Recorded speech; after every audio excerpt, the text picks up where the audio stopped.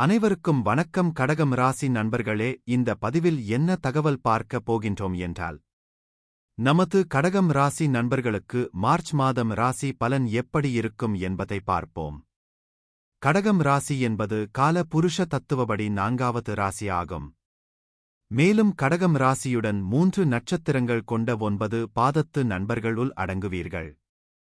கடகம் ராசி சர மற்றும் நீர் தத்துவ ராசி ஆகும். இதில் பூசம் 1 முதல் 4 பாதங்கள் வரை, ஆயில்யம் 1 முதல் 4 பாதங்கள் வரை மற்றும் புனர்பூசம் 4ஆம் பாதம் மட்டும் கடகம் ராசியுடன் உள் அடங்குவீர்கள். கடகம் ராசி அதிபதி சந்திரா பகவான் என்பதால் நீங்கள் வேண்டி வணங்க வேண்டிய கடவுள் சிவ பெருமான் மற்றும் அம்மன் தாயார் ஆவார். உங்களால் முடியும் என்றால் ஒவ்வொரு வார திங்கட்கிழமை அல்லது வெள்ளிக்கிழமை உங்கள் வீட்டின் அருகில் இருக்கின்ற சிவ பெருமான் கடவுள் கோவில் சென்று வழிபாடு செய்து விட்டு வாருங்கள். அப்படி செய்து வந்தால் உங்களுக்கு வர இருக்கும் பிரச்சனைகளில் இருந்து உங்களை நீங்கள் காத்து கொள்ள முடியும். தற்பொழுது ராகு பகவான் உங்களது 9ஆம் வீடான தந்தை மற்றும் பாக்கியஸ்தானத்தில் அமர்ந்து உள்ளார். 9வது வீட்டில் ராகு உங்களை குழப்பமானவராகவும் கடவுள் பயமுள்ளவராகவும் ஆக்குகிறார். ஆனால் மிகவும் ஆன்மீக ரீதியில் இருக்கிறார். ஜோதிடம், ஆன்மீகம் மற்றும் தத்துவம் ஆகியவற்றில் உங்கள் அறிவை நீங்கள் பெருக்கிக் கொள்ளலாம். உங்களுக்கு இருக்கும் அபரிமிதமான நிபுணத்துவத்தை நீங்கள் பரப்பலாம் மற்றும் பிரசங்கிக்கலாம். ஆசிரியர், செல்வாக்கு செலுத்துபவர் அல்லது அறிஞராக நீங்கள் நிறைய புகழ் மற்றும் பணத்தைப் பெறலாம். 9ஆம் வீட்டில் ராகு உங்களுக்கு அதிர்ஷ்டத்தையும் தரக்கூடும். உங்கள் அதிர்ஷ்டம், வெளிநாட்டவர், மனைவி மற்றும் மாமியார் ஆகியோரின் ஆதரவுடன் நிதி ஆதாயங்களும் வரும். வெளிநாடுகளுக்குச் செல்வதற்கான வாய்ப்புகளையும் உருவாக்குகிறது. இந்த பயணங்கள் மதம், ஆன்மீகம், சமூகவியல் மற்றும் தத்துவம் ஆகியவற்றின் கலாச்சார அம்சங்களை ஆராயவும் உங்கள் அறிவை மேம்படுத்தவும் உங்களை அனுமதிக்கலாம். 9வது வீடு நீண்ட வெளிநாட்டு பயணங்கள் மற்றும் உங்கள் வாழ்க்கை பயணங்களுடன் தொடர்புடையது. உங்கள் வாழ்க்கையை பாதிக்கும் உங்கள் செயல்கள் மற்றும் கலாச்சார உறவுகளை இந்த வீடு நிர்வகிக்கிறது. இந்த மாளிகை உங்கள் ஞானத்தையும் தார்மீக விழுமியங்களையும் கட்டுப்படுத்துகிறது. இந்த இல்லமானது உங்கள் தத்துவ நாட்டம் மற்றும் கற்றல் மற்றும் உங்கள் உலக அறிவை மேம்படுத்துவதற்கான ஈர்ப்பைக் குறிக்கிறது. உங்கள் ஆன்மாவையும் உள்நிலையையும் தேடுவதற்கான உங்கள் விருப்பத்தை இது பிரதிபலிக்கிறது. உங்கள் தந்தையுடனான உங்கள் உறவும் இந்த சபையில் அங்கீகரிக்கப்பட்டுள்ளது.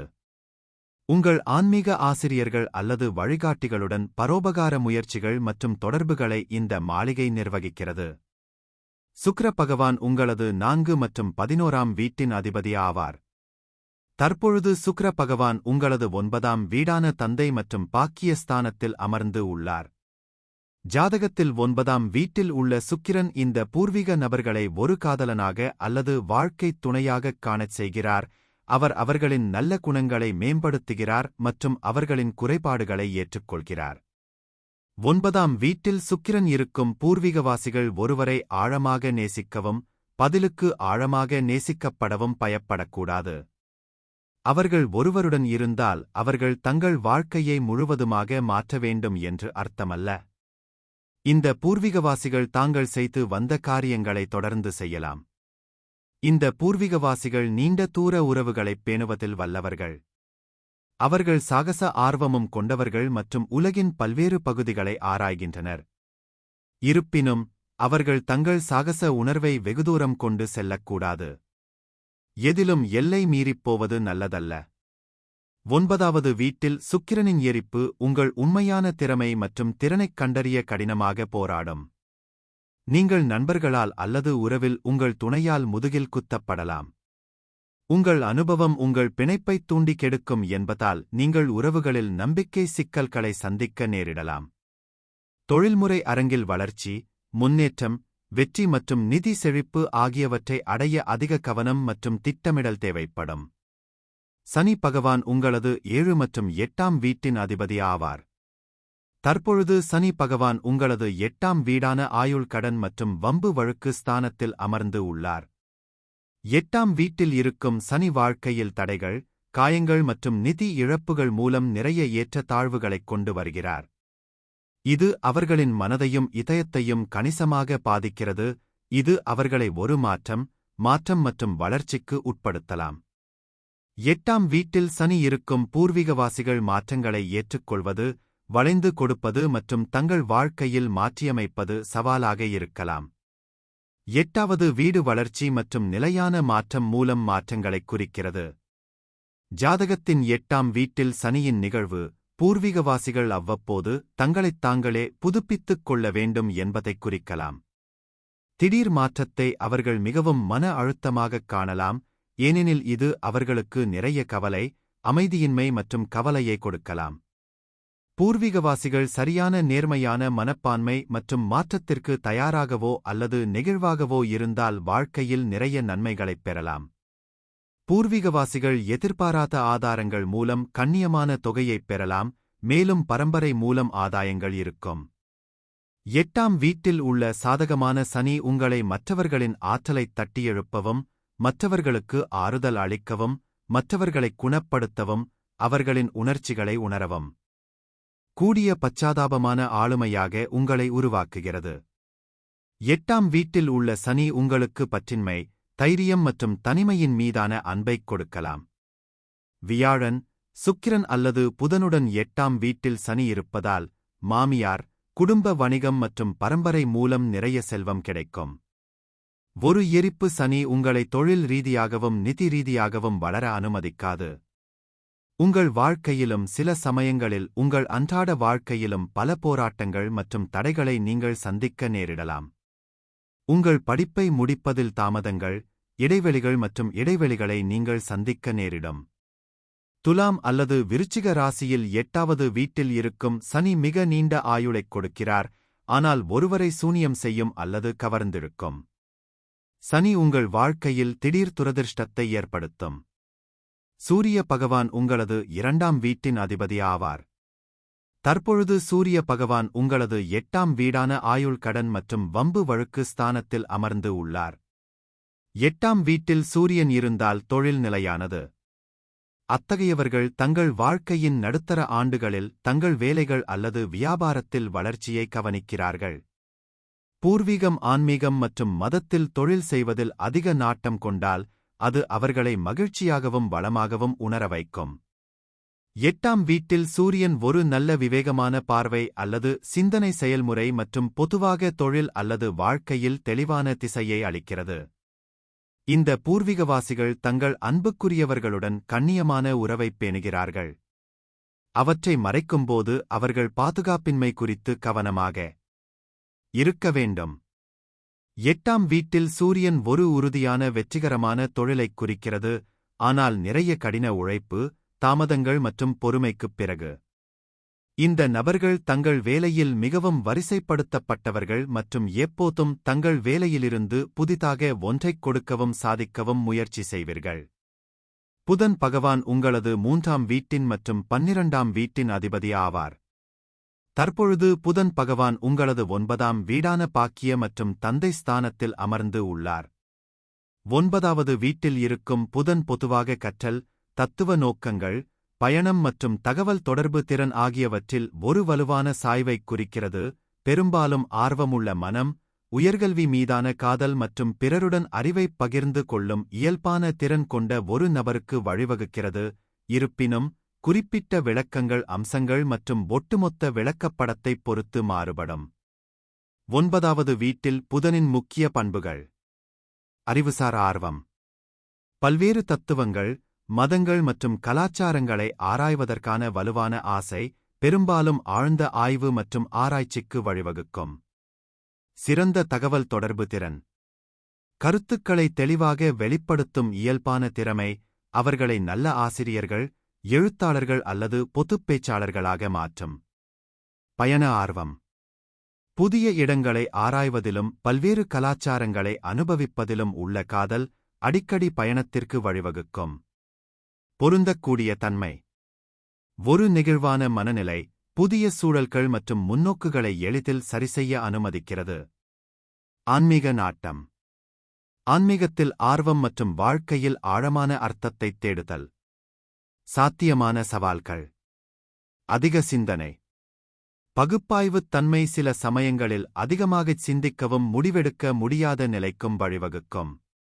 கவனச்சிதறல், பரந்த ஆர்வங்கள் காரணமாக ஒரு தலைப்பிலிருந்து மற்றொரு தலைப்பிற்கு தாவுவதற்கான போக்கு. மேலோட்டமான அறிவு. ஆழமான புரிதல் இல்லாமல் பல்வேறு துறைகளில் மேற்பரப்பு அளவிலான அறிவை மட்டுமே பெறுவது ஆபத்து. செவ்வாய் பகவான் உங்களது 5ஆம் வீட்டின் மற்றும் 10ஆம் வீட்டின் அதிபதி ஆவார். தற்பொழுது செவ்வாய் பகவான் உங்களது 12ஆம் வீடான விரயஸ்தானத்தில் அமர்ந்து உள்ளார்.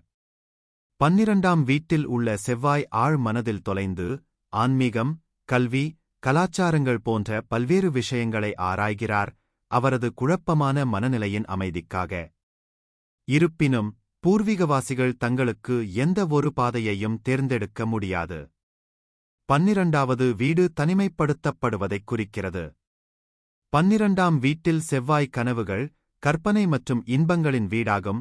இது அவர் அல்லது அவள் ஆற்றலைச் செலுத்தும் பாலியல் செயல்பாடுகளில் பூர்வீகத்தின் ஈடுபாட்டைக் காட்டுகிறது.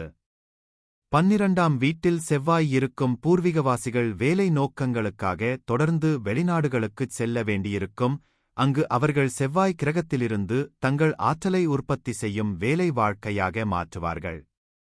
12வது வீட்டில் செவ்வாய் பூர்வீக உலகில் இருந்து தனிமைப்படுத்தப்படுவதைக் காட்டுகிறது. இது பூர்வீகம் ஒரு ஆராய்ச்சியாளராகவோ அல்லது வெளிநாட்டில் தனியாக பணிபுரியும் கள விஞ்ஞானியாகவோ இருக்கலாம். பூர்வீகம் கற்பனை மற்றும் தெளிவான படைப்பு யோசனைகளால் ஆசீர்வதிக்கப்படலாம், அது அவரை ஒரு பிரபலமான மற்றும் படைப்பாற்றல் எழுத்தாளராக மாற்றும். 12ஆம் வீட்டில் இருந்து செவ்வாய் 6ஆம் வீட்டின் அம்சம் அதிகமாக பணம் செலவழிப்பதையும் சில சமயங்களில் பூர்வீகத்திற்காக கடனில் விழுவதையும் குறிக்கிறது. இதேபோல் செவ்வாய் 12ஆம் பாவாவிலிருந்து 7ஆம் வீட்டைப் பார்க்கும்போது அது திருமணத்தைப் பாதுகாக்கும் அல்லது பல திருமணங்களைத் தரும். இருப்பினும் இவரது பங்குதாரர் வாக்குவாதம், ஆதிக்கம் மற்றும் அவருக்கு சவாலாக இருப்பார். குரு பகவான் உங்களது 6ஆம் வீட்டின் மற்றும் 9ஆம் வீட்டின் அதிபதி ஆவார். தற்பொழுது செவ்வாய் பகவான் உங்களது 11ஆம் வீடான லாபஸ்தானத்தில் அமர்ந்து உள்ளார். பொதுவாக வியாழன் அவர்களின் 11வது வீட்டில் இருக்கும் ஒரு நபர் அவர்களின் வாழ்க்கையில் நல்ல ஆரோக்கியம், செல்வம் மற்றும் மகிழ்ச்சியுடன் ஆசீர்வதிக்கப்படுகிறார். இவ்வாறு வியாழன் 11வது வீட்டில் இருப்பது பல அம்சங்களில் நன்மை பயக்கும்.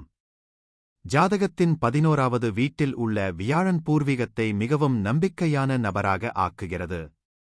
நீங்கள் ஒரு தத்துவ மனநிலையைக் கொண்டிருக்கலாம் மற்றும் தொடர்ந்து ஆர்வமாக இருப்பீர்கள். அவர்கள் ஒரு நல்ல தலைவராக வரலாம் மற்றும் மந்தமான சூழலை தங்கள் இருப்புடன் மகிழ்ச்சியாக மாற்றலாம். இந்த நபர்களுக்கு பல உண்மையான நண்பர்களைப் பெறுவதற்கு அதிர்ஷ்டம் இருக்கலாம், அவர்கள் தங்கள் தேவையின் போது அவர்களுக்கு ஆதரவளிக்கலாம், அவர்கள் கீழே விழுந்தாலும் கூட. அவர்கள் வெளிநாட்டு நாடுகளிலும் நல்ல பிணைப்புகளையும் தொடர்புகளையும் உருவாக்க வாய்ப்புள்ளது. இந்த பூர்வீகவாசிகள் பாசமாக இருக்க முடியும் மற்றும் தங்கள் குழந்தைகளுடன் அருகாமையை பகிர்ந்து கொள்ளலாம். இந்த நபர்கள் தங்கள் குழந்தைகளில் நிறைய அறிவையும் மதிப்புகளையும் வளர்க்கலாம். எனவே குழந்தைகள் விவேகமுள்ளவர்களாகவும் தொலைநோக்குடையவர்களாகவும் ஞானமுள்ளவர்களாகவும் நன்கு படித்தவர்களாகவும் இருப்பார்கள். குறிப்பாக பெண்களுக்கு 11வது வீட்டில் உள்ள வியாழன் அவர்களின் ஆத்ம துணையை அல்லது சிறந்த ஜோடியை மாநாடு போன்ற ஒரு பெரிய சமூக கூட்டத்தில் கண்டுபிடிக்க அனுமதிக்கலாம், மேலும் அவர்களின் கணவர்கள் செல்வந்தர்களாகவும் அவர்களிடம் மிகுந்த அக்கறை கொண்டவர்களாகவும் மாறுவார்கள். பூர்வீக ஆண் தனது துணையுடன் நிறைய பணம் மற்றும் சொத்து சம்பாதிக்க முடியும். வியாழன் 11ஆம் வீட்டில் உங்களுக்கு நிறைய தொடர்புகள் உள்ளன, அவர்கள் எந்த நேரத்திலும் உதவி வழங்க தயாராக இருப்பார்கள். நீங்களும் அவர்களுக்கு சமமாக அர்ப்பணிப்புடன் இருக்கிறீர்கள். நீங்கள் அறிவார்ந்த, நம்பிக்கையுள்ள மக்களுடன் முதன்மையாக இணையம் அல்லது வெளிநாட்டு நிலங்கள் மூலம் விரைவான தொடர்புகளை உருவாக்குகிறீர்கள். இந்த நட்பு பெரும்பாலும் உங்களுக்கு சாதகமாக இருக்கும் மற்றும் நீண்ட காலம் நீடிக்கும். உங்களின் சுறுசுறுப்பான சமூக வாழ்க்கை பெரும்பாலும் உங்கள் அதிகப்படியான ஈடுபாட்டிற்கு வழிவகுக்கும், இது உடல் பருமன் போன்ற உடல்நலப் பிரச்சினைகளை ஏற்படுத்துகிறது. நீங்கள் நண்பர்களுடன் ஆடம்பரமாக இருக்கிறீர்கள், அதை நீங்கள் தவிர்க்க வேண்டும். உங்கள் நண்பர்கள் உங்களுக்கு செல்வாக்கு மிக்கவர்களாகவும் விசுவாசமாகவும் இருப்பார்கள். 11வது வீட்டில் உள்ள வியாழன் பலவீனமடையும் வரை பூர்வீக நல்ல தொடர்பு மற்றும் மூத்த உடன்பிறப்புகளுடன் நல்ல தொடர்பு மற்றும் உறவுக்கான சிறந்த மற்றும் போதுமான கல்வியைக் குறிக்கிறது. கேது பகவான் உங்களது 3ஆம் வீடான முயற்சி மற்றும் உதவி ஸ்தானத்தில் அமர்ந்து உள்ளார். 3ஆம் வீட்டில் கேது சஞ்சரிப்பதால் இருமல், சளி, சிறு காயங்கள் போன்றவை ஏற்படும். இருப்பினும், வலுவான நோய் எதிர்ப்பு சக்தி காரணமாக, பூர்வீகவாசிகள் எந்தவொரு உடல்நலக் கோளாறுகளிலிருந்தும் விரைவாக குணமடைவார்கள். இந்த மக்கள் பயணம் செய்யலாம் மற்றும் இயற்கை அலைந்து திரிதல் மற்றும் கவர்ச்சியான பயணங்களால் மகிழ்ச்சியைப் பெறலாம். இந்த சொந்தக்காரர்கள் சிறந்த பயண பதிவர்கள் அல்லது எழுத்தாளர்கள் ஆகலாம். சிலர் உணவு, ஹோட்டல், பயணத் தொழிலில் வெற்றி பெறுவார்கள். ஒரு நபர் விளம்பரம் மற்றும் சந்தைப்படுத்தல் உலகில் வெற்றி பெறலாம்.